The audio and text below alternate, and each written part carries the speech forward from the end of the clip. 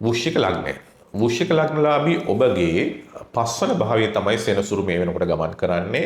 ඒ වගේම ඔබගේ තුන්වන භාවය සහ හතරවන භාවය අධිපතිත්වයේ දරන්නේ සෙනසුරු.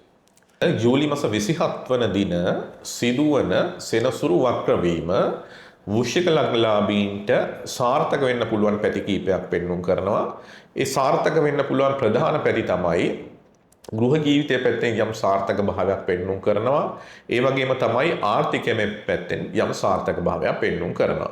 ගෘහ ජීවිතය පැත්තෙන් ගත්තොත් ගොඩක් වෙලාවට Tamanට දෙමව්පියන් දුවදරුවන් සමග වෙනදට වැඩිය රසාස්වාදයෙන් කාලය ගත කරන්න පුළුවන් අවස්ථා පෙන්වුම් කරනවා. මේකට ප්‍රධාන හේතුවක් වෙනවා Tamanගේ අතේ තියෙන ධනය.